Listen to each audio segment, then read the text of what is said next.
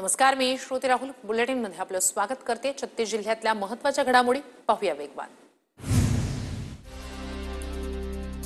सांगलीच्या कवठे महांकाळ तालुक्यातील तिसंगी इथे शक्तीपीठ महामार्ग मोजणीसाठी आलेल्या अधिकाऱ्यांना रोखलं। अधिकाऱ्यांसोबत शेतकऱ्यांची वादावादी।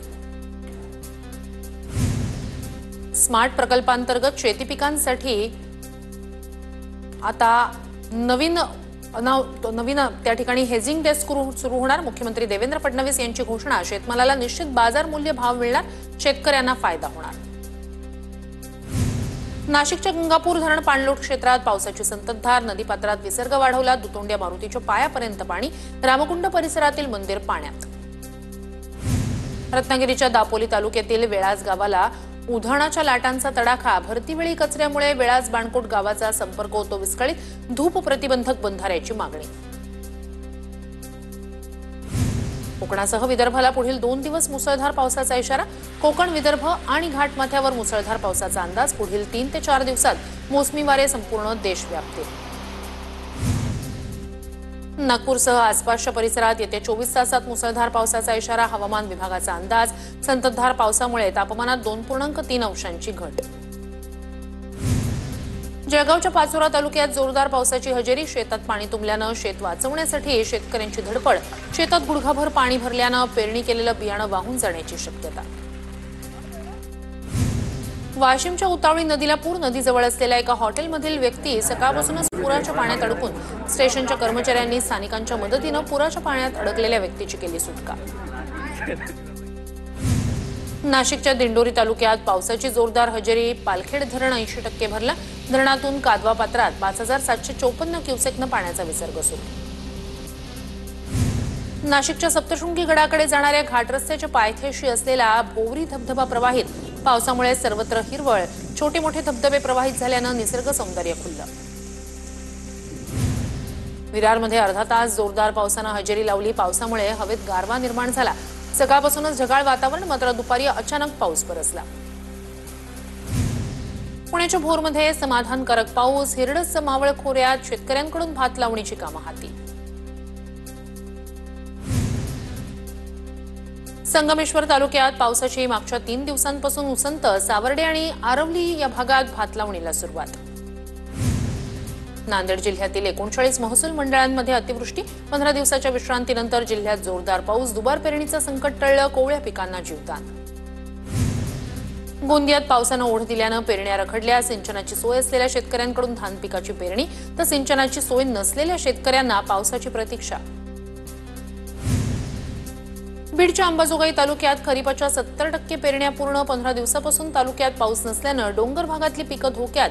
शेतकऱ्यांवर दुबार पेरणीचं संकट।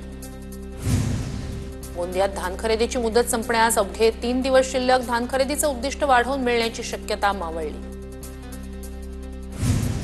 वाशिम जिल्ह्यात 2 दिवस झालेल्या मुसळधार पावसामुळे अनेक नदी नाल्यांना पूर। पुराच्या पाण्यामुळे शेकडो एकर जमीन पाण्याखाली।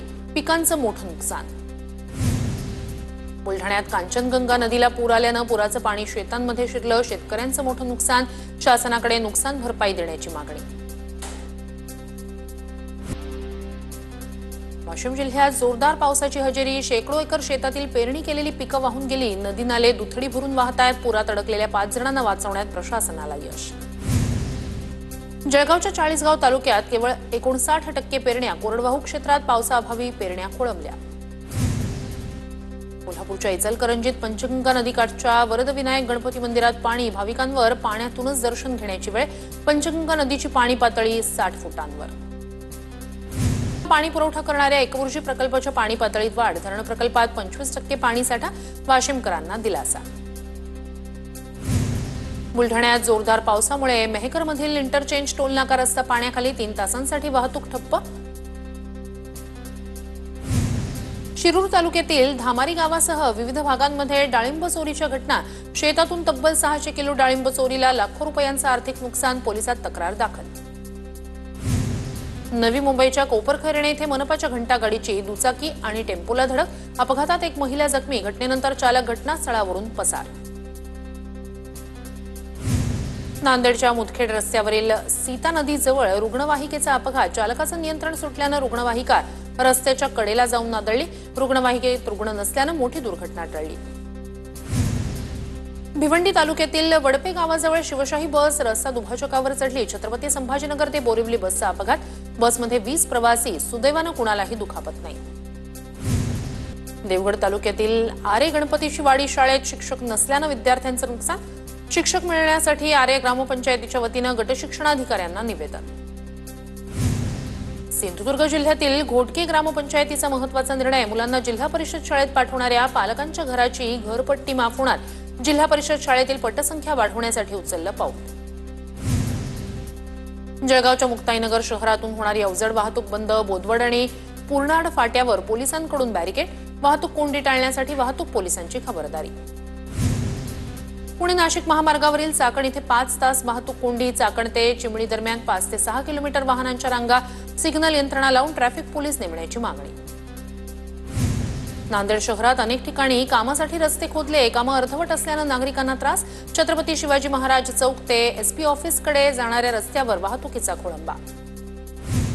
धुळे महापालिकेच्या वतीनं मालमत्ता धारकांना 10% शास्ती माफी। महिन्याभरात तब्बल 12 कोटी 28 लाख रुपयांची वसुली।